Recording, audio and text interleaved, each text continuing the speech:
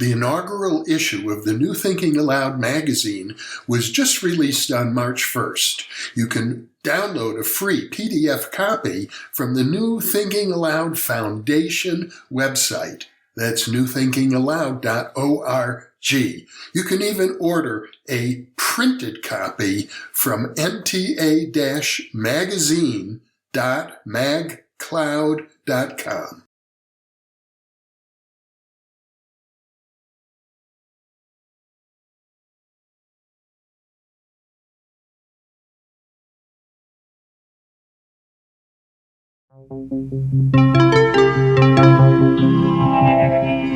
Thinking Aloud.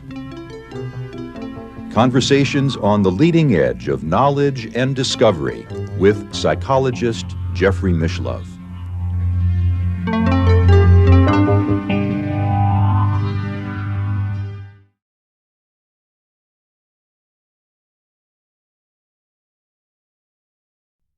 Hello and welcome. I'm Jeffrey Mishlove. Today we will be exploring the relationship between psyche and matter.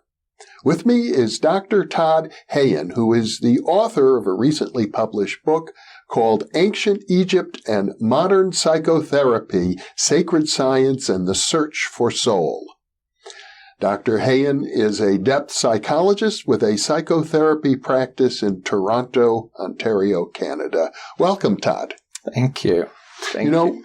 In your book, you've done something that I am not aware of in any other book explicitly about psychotherapy, which is you refer to some of the more exotic literature in macro-psychokinesis. And you're looking at what are the implications of these empirical findings for our understanding of the psyche and how it interacts with the material world. I can't think of anything more appropriate. So I commend you for looking at this literature. I'm amazed that other psychotherapists seem to ignore it. I agree. I do think I was a little brave to go out there, and I could have gone into quite a bit more. Obviously, the little samples I presented are pretty small sampling, but I think it was very important to ease it in to the literature about psychotherapy, but I think it definitely is relevant, just like you're saying. And I don't think it's common that people make that connection. Even people that are fine with the ideas that are, I don't think they see it as necessarily relevant to psychotherapy. So. Well, it's interesting that the three cases you cite have all been covered in this New Thinking Aloud series. Two of them have been extensively reported on by the philosopher Stephen Browdy, who has been a guest on this program many times, and one it deals with my own research. But let's review that, because I'm sure there are many people viewing right now who haven't seen these other videos. Let's start with the case of Katie, the gold leaf lady. Right. Would you like to explain that one? Since you're much more familiar with it, probably. I had met Stephen through his book, The Gold Leaf Lady. And one of the reasons why I chose those three, or the reason why I chose those three, because there's obviously many others, is because I personally know you, and I personally know Stephen. Yeah. And former chairman of the philosophy department at the University of Maryland, Baltimore County, a very rigorous analytical philosopher. And that, of course, is what attracted me to his work first. But then I said, I want to make personal contact with these people, with you. I had already know you. Not so much to say that I don't believe somebody I don't know, but I think that it does make a difference in standing up and vouching for it. Because macro-psychokinesis is sufficiently rare and inexplicable that it's, on the face of it, it's unbelievable. And if people don't take the time and trouble to investigate whether this could possibly be fraudulent, and in many cases it's simply not. The normal kinds of fraud that you might think of couldn't possibly have occurred. But the average person doesn't know that. It would be normal, I think, for a person in a materialistic culture to assume this is fraudulent. And in fact, the philosopher David Hume put it about 200 years ago or so that you can assume that anybody who claims to be able to report a miracle is a liar. Wow. Yeah.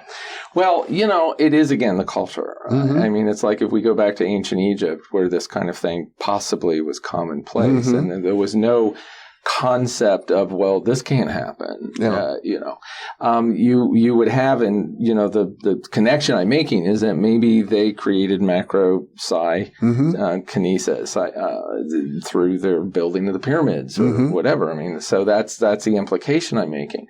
So how does that happen in a culture that doesn't believe, which is, of course, based a lot on your own belief that you have this ability to connect with matter through the mind? How does it come up? Well, like in the case of Katie, she wasn't consciously trying to create her the gold leaf that would show up on her body. She had a kind of brass foil, looked like gold. Right, it looked like gold. It wasn't gold. In effect, materialize right there on her body. Right. And people who look for our video on the gold leaf lady can actually see a video clip of that gold leaf materializing right on her skin. Right. And she had other abilities as well. Yes.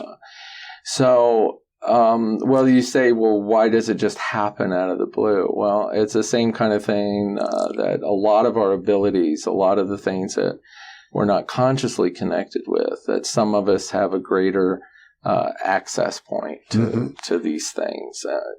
Talent is one that people will cite. Why is one person talented at being a pianist and one isn't? So, but I use these examples in the book to just say there is a psyche to matter connection. And if it's refined and if it's something that is, again, believed in, and there is work to live in a culture that's open to it, what can it do? Yeah.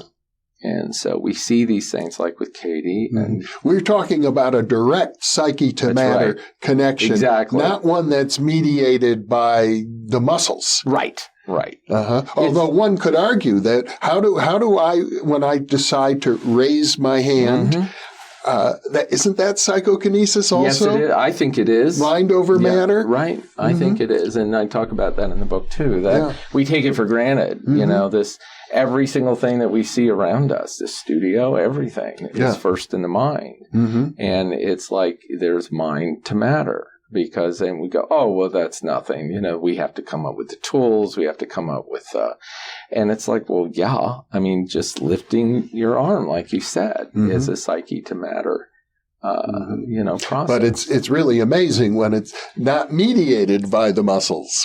Not mediated by a physical mechanism. Yeah. And I think that's the distinction between these things that we look at as being paranormal. Because there is not a physical, material mechanism between the thought and the manifestation. Yeah. One of the other examples you cite is the Thoughtography of Ted Sirius, which was investigated for many years by the psychiatrist, Dr. Jewel Eisenbud of Denver, who published a book on the work of Ted Sirius. I know Stephen Browdy also took a strong interest in this case, and the archives are now housed in the library at the University of Maryland, Baltimore. Which they were almost lost, as you know, which is like... But once again, his mental impressions appear on Polaroid film. And of course, he was also accused of fraud. Yeah, right. And in a way that, of course, just like with things, the phenomenon like the crop circles, if one person comes up with a way to do a mediocre representation or manifestation through a mechanism, then everything else is wiped out. And, the skeptics that attacked Ted Sirius created their, I can do this, completely under conditions that have none of the conditions that were set at Sirion. No, if people study the Sirios case, they'll find that many of the tests were conducted under such rigorous conditions. Hugely so. So what is that? And those are the examples I give that I think that we're all capable of manipulating matter in the same way, but in a controlled way, and maybe a more useful way if we want to, Well, Jewel Eisenbud, as I mentioned, was a psychiatrist and a Freudian. He published a book called Parapsychology and the Unconscious. And one of the things, though, that he did, and this is probably particularly relevant to Westerners, modern Westerners, is that he didn't want to encourage people to cultivate these abilities. He felt that they can come into the service of our own self-destructive impulses. Well, when they're not disciplined. I was just having a conversation with somebody in Toronto that has written a paper on imaginal reality. And we got into a discussion of the responsibility of taking the imaginal and presenting it as reality. And, we can certainly cite things like schizophrenia. We can cite any of the psychoses, violent crime that the voices told me to kill these people. So there is a problem with that. But the conclusion really is that you have to be set, like the ancient Egyptians, to see this as a sacred endeavor, that it's governed by the rightness of the universe. Now, what is that? Who says what is right and what's wrong? Well, we used to rely on God and our religions, and that's not as prevalent as it used to be, but that's where those kinds of moralities of what's right and wrong, we're certainly seeing a complete distortion of that in our culture now with fundamentalism. So I think the horse, can't come before the cart, kind of. I mean, I think that we do have to develop other things within us before we just start deciding that we're going to have powers that we can change the material world and do it in a bad way. Now, the third case you cite is my own investigation of Ted Owens, who called himself the PK Man. And this is an example of a person who appeared to wield enormous powers. And in fact, he had a connection with ancient Egypt. He traveled to Egypt. Oh, okay. And he felt that there were beings, hyperspatial beings inside the pyramid that he was in touch with, and that, who helped him with some of his manifestations. And he, in my research with him, which lasted from 1976 until his death in 1987, he produced dozens and dozens of demonstrations of what he regarded as psychokinetic abilities. And what he would do is he would send me written notifications. I am about to do such and such a demonstration, and you will see it because it'll be large scale. It'll be reported in the media. It'll be power blackouts. It'll be heat spells in the middle of winter. It'll be cold spells in the middle of summer. It'll be UFO appearances. It'll be weird weather, or it'll be controlling athletic events, causing the favored teams to lose against weaker teams because they fumble the ball. He was roughly 2/3 of the time. These extraordinary things that were very improbable actually seemed to happen and would occur after his statement of intention and would be reported in the newspapers, including on one occasion a UFO appearance. And he phoned me a few days before it happened because he could feel something big. He said, this UFO is going to be seen by hundreds of people. It's going to be photographed, and the photograph will be published on the front page of one of your local newspapers. Well, that happened. Just a few days after he told me that this was about to occur, and I don't know when it's ever happened since that a UFO was photographed and the photograph published on the front page of a newspaper. But in any case, he regarded himself, speaking of Egypt, he regarded himself as being the first person to wield such power since Moses. Okay. And he regarded, he felt that these beings that were helping him were the same ones that worked with Moses, and that he was here to test, like he said, like the canary in the coal mine, to see how humans, the human population would respond to somebody with these kinds of powers. And typically what would happen, he was something of a braggart. He'd come into some town and he'd say, I'm here to save you people from the drought or whatever it was. And he'd go to the local newspaper, and oftentimes they would laugh at him and hurl epithets at him and treat him rudely, like eject him from the newspaper office, which happened on one occasion. And then he would say, oh, you don't believe me? I guess I have to teach you a lesson.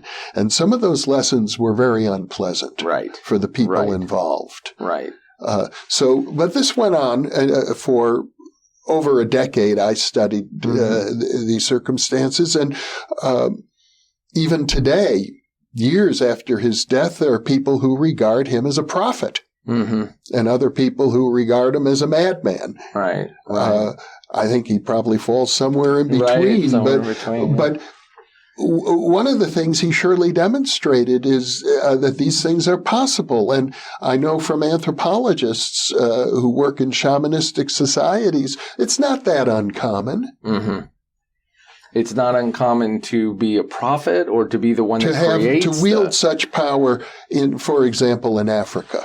Right. Was it clear that Ted Owens was actually the one that was creating these phenomena, or was he just predicting them? Well, it wasn't 100% clear, because in his mind, he would say, some are predictions, some I cause through my psychokinetic abilities, and some of them I telepath to these entities, these spiritual entities who live in UFOs or who live inside the pyramids. I just let them know what I'd like them to do, and then they do it.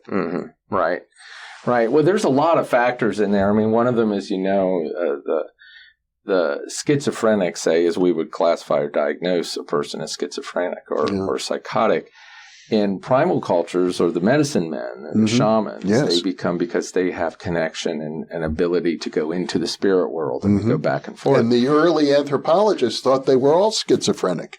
All of the shamans, And so you wonder, though, if somebody has this kind of innate ability, like Ted did, to be able to predict or to have the power to do what they did, and is essentially ignored or ridiculed or whatever in this culture, that's kind of crazy-making stuff. I mean, that would be very, very difficult to deal with from a psychological perspective. Sure. So if you had somebody, say, in the Egyptian culture that was closer to having more power, maybe maybe it wasn't everybody. Maybe there were just a few people out of the population, but they were considered, See, great Ted attributes. Owens wanted nothing more than to do good. That's right. He was hoping that the U.S. government would recognize his abilities and set up a little research project so that he could just do good work, and there would be scientists around who could monitor and observe. Now, in ancient Egypt, that might have worked out that way.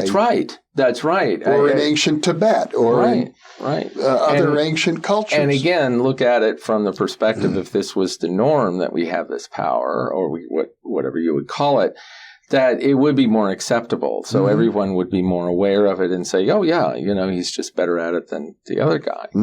And, I mean, look at the studies in schizophrenia, using that again as an example.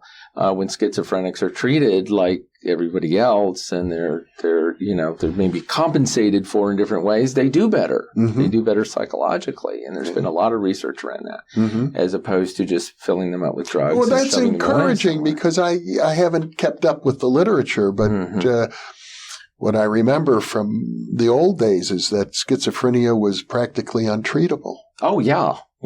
And I mean, I think it was R.D. Laing that did a lot of work along those lines with treating them more like. And, that's not necessarily an argument to say, well, if we treated everybody that had these powers as normal people, then we would all be fine. Because I think it is still a question. I mean, I still think it's one of the areas in my research that still comes up like, why is this considered an anomaly and a pathology, basically, with people? Mm-hmm. And I do think some of that is because they're treated so differently and they're looked at differently. And most of the clients that I have that have special powers, as we call it, they certainly not to the degree that Katie or Ted Owens had, but I have a lot of clients that come in mm-hmm. and it can, they have special dreams. They can manifest things in a particular way. They're frightened. Mm-hmm. I mean, they feel like you're the first person I've told this to, kind of thing. Yeah.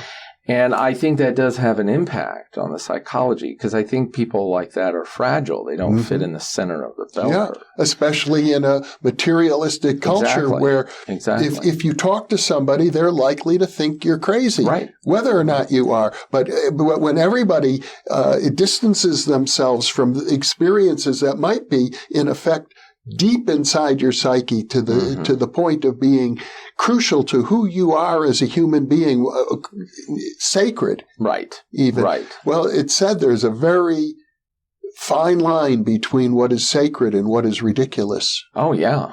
And these cultures, even Egypt, I mean, they had dark sides to mm-hmm. things. I mean, there were evil spirits. There were evil things. So I don't think they had it down 100% mm-hmm. either. Mm-hmm. They were pretty wicked themselves in their culture with their battles mm-hmm. and their. Well, you have referred to Rudolf Steiner. We mm-hmm. talked about him in an earlier program. One of the leading modern authorities on what we might call sacred science. Mm-hmm. He said that one should take 2 steps towards ethics before trying to take 1 step toward power.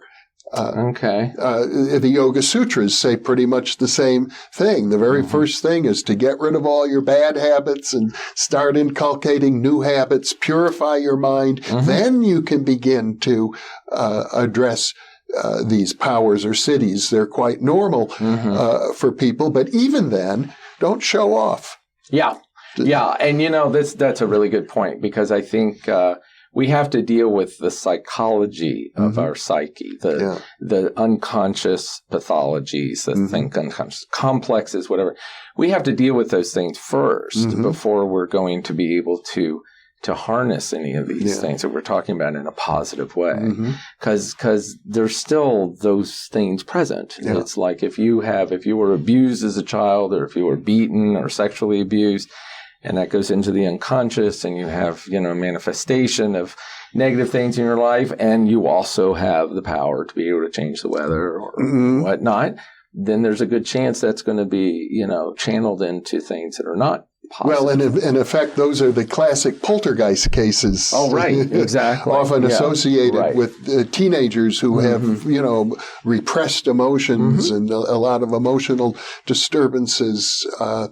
Yeah, that's a really good example because that has kind of come to be an understanding of the mm-hmm. poltergeist phenomenon is that it is triggered by this one particular, and they're usually troubled and mm-hmm. have these kinds. So the manifestation is erratic mm-hmm. and it doesn't have any kind of control or mm-hmm. But if you can work through the emotions, there are people who started out as poltergeist teenagers who became healers. Oh, right. Mm-hmm. Matthew Manning in mm-hmm. England being a prime example. Mm-hmm. Mm-hmm. Well, that's a really good example of that. Yeah. I mean, I think in my book, I go through some case studies mm-hmm. and they're kind of composites of things, but there's a simplicity to it mm-hmm. in my work with clients that isn't, the goal to manipulate matter and to build pyramids or whatever it might be, but is to just get into this place where you're okay. Mm-hmm. And it's okay to investigate these inner things, including spirituality and mm-hmm. including unity consciousness and love and healing and mm-hmm. that. And it's baby steps. It's very small steps because I don't think we can just snap a finger and mm-hmm. all of a sudden say, oh, yes, we believe in these paranormal things and abilities. Okay, we believe in it now. What are we going to do with that? I don't think we have the training or the discipline yet. No, but I'm hopeful that at some future time, maybe 200 years from now, maybe 50, our culture is going to come around, and the kind of conversations that you and I are having now that might seem bizarre and exotic to some people or flat out BS, people will be able to integrate because the culture will support it. Well, that's the reason why we write the books and do the interviews and whatever that we do, because we're trying to get to that point. Well, Todd Hayen, once again, this has been a delightful conversation. Thank you. Yes, it has. Thank you. And thank you for being with us.